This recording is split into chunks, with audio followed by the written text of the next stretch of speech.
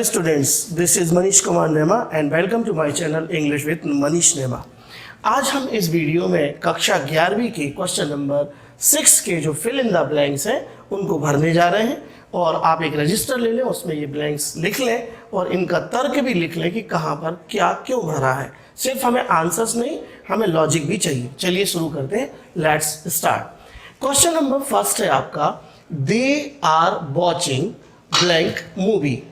यहाँ पर they are watching blank movie, blank खालिस्तान दिया है और उसमें हमें इंसर्ट करना है ए या एन या दा। इसको आ भी कहते हैं, अन भी कहते हैं और इसको दा और दी दोनों कहते हैं। जब यह स्वर के पहले आएगा तो इसे दी पढ़ा जाएगा और जब इसको व्यंजन के पहले पढ़ेंगे तो हम दा पढ़ेंगे। अब हमें यहाँ आर्टिकल फिल करना है। आर्टिकल फिल करने के लिए कुछ नहीं, दिए गए जो भी वर्ड है उसका आपको पहले प्रोनाउंसिएट करना है और जानना है कि उसका साउंड क्या है। और हमने मूवी को जब प्रोनाउंसिएट किया तो हमने देखा, जब हम हिंदी में लिखा मूवी तो हमें मिल रहा है माँ, और माँ एक व्यंजन है। ध्यान रखिएगा, जब भी आप आर्टिकल भरें तो हमें हिंदी के स्वर व्यंजन को देख करके आर्टिकल तय करना है और हमें इंग्लिश के स्वर व्यंजन जो ए ई आई ओ यू होते हैं उनको ध्यान में नहीं रखना है। यानी हमें इंग्लिश के स्वर नहीं, हमें हिंदी के स्वर और व्यंजन देख करके आर्टिकल भरना है। तो हम देखें तो मूवी में क्या आया, माँ, और माँ एक व्यंजन है। तो व्यंजन के लिए हम ए आर्टिकल का प्रयोग तब करते हैं जब आगे सिंगुलर नाउन भी हो। यदि नाउन सिंगुलर हो और उसका उच्चारण हिंदी व्यंजन अक्षर से हो तो फिर आप उसके आगे ए भरिएगा। तो इस आर्टिकल में मूवी के पहले क्या आएगा, ए। चलिए दूसरा खालिस्तान हमारा है, he has not got blank money in his pocket। इस ब्लैंक में हमें any या some या few फिल करना है। तो जल्दी से हम any, some और few तीनों को देखें कि ये कहाँ आते हैं। तो some, any जब भी आपको भरना हो किसी भी सेंटेंस में तो हमें उसका स्ट्रक्चर देखना है और स्ट्रक्चर देखकर हम आसानी से some any भर सकते हैं। यदि स्ट्रक्चर पॉजिटिव है तो सम आता है, यदि स्ट्रक्चर नेगेटिव है तो हम एनी का प्रयोग करते हैं। फ्यू का प्रयोग हम उन संज्ञाओं के पहले करते हैं जिन्हें गिना जा सकता है और जो बहुवचन हो। लेकिन यहाँ पर देखिए संज्ञा क्या है, मनी, और मनी और टाइम दो ऐसी नाउन है जिन्हें इन्फिनिटिव यानी अनंत में रखा गया है और इन्हें गिना नहीं जा सकता, यानी ये अनकाउंटेबल है। तो यहाँ पर फ्यू का प्रयोग नहीं हो सकता। अब हमें सम और एनी भरना है तो अब हम देखेंगे स्ट्रक्चर। तो हम देख रहे हैं वाक्य का स्ट्रक्चर जो है वो लेकर आया हैज़ नॉट, और हैज़ नॉट क्या है, वाक्य को नेगेटिव बना रहा है, इसलिए यहाँ पर सुटेबल जो ऑप्शन है वो होगा एनी। तो हम सेकंड ब्लैंक में भरेंगे एनी। नेगेटिव के लिए एनी, पॉजिटिव के लिए हम सम भरते हैं। तो अब हम नेगेटिव के लिए यहाँ एनी भर चुके हैं। क्वेश्चन नंबर 3, यहाँ लिखा they blank to a restaurant. Restaurant, इसका उच्चारण रेस्टोरेंट नहीं होता, इसका उच्चारण होता रेस्टोरेंट, रेस्टोरेंट, रेस्टोरेंट। तो यहाँ पर जो रेस्टोरेंट दिया है उसको उच्चारण आप सही करें। खालिस्तान है they blank to a restaurant yesterday. अब यहाँ गो, वेंट और गॉन क्रियाएं दी गई हैं। जब भी आपको क्रियाएं दी जाती हैं मुख्य क्रियाएं भरने के लिए तो वहाँ आपकी टेंस की परीक्षा होती है। ध्यान दीजिए, यदि आपको किसी इंग्लिश सेंटेंस के अंत में यस्टरडे या लास्ट या एगो शब्द मिले तो आपको वहाँ पर उस सेंटेंस को पास्ट इंडेफिनिट मानना है और उसमें second form of the verb भरना है। तो यहाँ पर देखिए गो का सेकंड फॉर्म है वेंट और गो का थर्ड फॉर्म है गॉन। तो यहाँ यस्टरडे आने के कारण हम यहाँ क्या भरेंगे, हम यहाँ भरेंगे went. They went to restaurant yesterday. वे कल कहाँ गए, रेस्टोरेंट में गए। और यहाँ पर हमने वेंट इसलिए भरा क्योंकि यहाँ पर यस्टरडे शब्द का प्रयोग हुआ। यदि किसी भी इंग्लिश वाक्य में अंत में लास्ट मिले, यस्टरडे मिले या एगो मिले तो यह वाक्य को पास्ट में ले जाते हैं। उस समय आपको फर्स्ट फॉर्म नहीं भरना है, आपको सेकेंड फॉर्म भरना है। क्लियर है? ओके, अब चलते हैं क्वेश्चन नंबर 4 पर। Do you know blank has happened, और क्वेश्चन का साइन दिया है, दैट दिया है, व्हाट दिया है और वाई दिया है। क्रम से हमें पर जो शब्द दिए हैं हमें यहाँ पर, वो दैट क्या है, एक कनेक्टर है, और व्हाट और वाई क्या है, क्वेश्चन वर्ड है।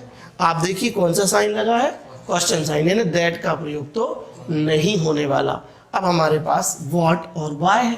अब हम सेंस देखेंगे, क्या कहा जा रहा है? कहा जा रहा है डू यू नो, क्या तुम जानते हो, खालिस्तान has happened, why has happened, क्यों हुआ है, या व्हाट हैज़ हैपेंड, क्या हुआ है।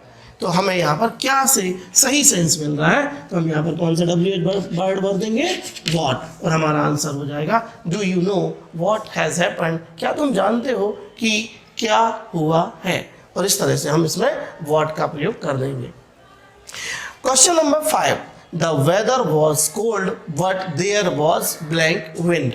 यहाँ पर अब हमें एनी, नो और नन, ये तीनों दिए गए हैं। अभी हमने थोड़ी देर पहले पढ़ा कि हम एनी का प्रयोग नेगेटिव सेंटेंस में करते हैं, तो यहाँ पर जो बट के बाद जो सेंटेंस है वो कोई भी नेगेटिव सेंटेंस नहीं है, यानी एनी का प्रयोग नहीं होता। अब आएगा नो, तो नो और नॉट में क्या डिफरेंस है ये आप समझ लीजिए। नो का प्रयोग हमेशा संज्ञा के पूर्व होता है, यानी नाउन के पूर्व होता है, और जो नॉट होता है वो किसी वर्ब को मॉडिफाई करता है। आपने देखा जब भी आप नेगेटिव सेंटेंस बनाते हो तो did not, does not, do not का प्रयोग करते हो, फिर उसके बाद मुख्य क्रिया का प्रयोग करते हो जिसको नॉट मॉडिफाई करता है। लेकिन हमारे सेंटेंस में यहाँ क्या लिखा है, विंड, और विंड क्या है, एक नाउन, और नाउन के पहले हम नॉट का प्रयोग नहीं कर सकते, हम काय का प्रयोग करेंगे, नो का प्रयोग करेंगे। ठीक है, और अब हमारा सेंटेंस हो जाएगा कि द वेदर वॉज कोल्ड, यानी जो मौसम था वो ठंडा था, but there was no wind, परंतु कोई भी हवा नहीं चल रही थी या कोई भी हवा नहीं थी। यहाँ नन का इस्तेमाल, नन एक प्रोनाउन है जिसका मतलब होता है कोई नहीं, है ना। जैसे इस कमरे में कोई नहीं है तो none is in the room, none is in the room मतलब इस कमरे में कोई नहीं है, तो नन एक प्रोनाउन है, तो यहाँ प्रोनाउन का इस्तेमाल तो होना नहीं है, तो अब हमारा क्या है सूटेबल आंसर्स, नो। क्लियर हुआ। चलिए अब लास्ट है हमारा, the post office is blank the street from the grocery store. Grocery store कहलाता है किराने की दुकान, किराने की दुकान को कहते हैं ग्रोसरी स्टोर। यदि कभी हमें प्रीपोजिशन भरना है, प्रीपोजिशन भरने के लिए आपको निश्चित रूप से वाक्य का सेंस आना चाहिए ताकि आप सही प्रीपोजिशन का प्रयोग कर सकें। अब देखिए हमें कौन कौन सी प्रीपोजिशंस दी हैं। हमें दिया है अक्रॉस, अक्रॉस मतलब होता है के पार, जो स्थान को बताता है ना, अदर साइड। बाय एक प्रीपोजिशन है जिसका अर्थ के द्वारा भी होता है, से भी होता है, बहुत सारे यूज होते हैं बाय के, हम दूसरे वीडियो में चर्चा करेंगे। और अमंग, अमंग मतलब होता है के बीच, आपने बिटवीन और अमंग सुना होगा। बिटवीन और अमंग का प्रयोग के बीच के अर्थ में होता है इंग्लिश में, दो लोगों के लिए बिटवीन और ज़्यादा लोगों के लिए अमंग।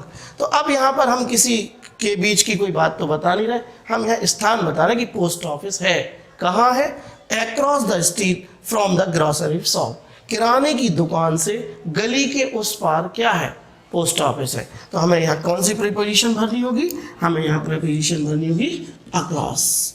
ठीक है, अक्रॉस या अक्रॉस भी बोलते हैं इसको, दोनों बोलते हैं। ठीक, तो अब हमारा वाक्य हो गया, the post office is across the street from the grocery store, यानी पोस्ट ऑफिस है गली के उस पार, किराने की दुकान से गली के उस पार, जो है सड़क के उस पार भी होता है, स्ट्रीट सड़क भी होती है, सड़क के उस पार भी कह सकते हैं, गली के उस पार भी कह सकते हैं। तो आपके ये 6 ब्लैंक है जो आपको अभी क्वार्टरली एग्जाम में दिए हैं। निश्चित रूप से इन्हीं में से आपको मेन एग्जाम में आएंगे। आपको देखिए किस प्रकार की ग्रामर के ब्लैंक दिए गए हैं। एक प्रीपोजिशन दिया गया है, एक आपको यहाँ पर डिटर्मिनर दिया गया है, फिर आपको यहाँ पर कनेक्टर दिए गए हैं, फिर आपको वर्ब का भी दिया गया है, फिर आपको डिटर्मिनर्स दिए गए और फिर आपको आर्टिकल दिए गए। मतलब इन सारी चीज़ों में आपको अच्छे से योग्यता हासिल करना है ताकि आप 5 नंबर ठीक फिल इन द ब्लैंक्स के प्राप्त कर पाएँ। Thank you.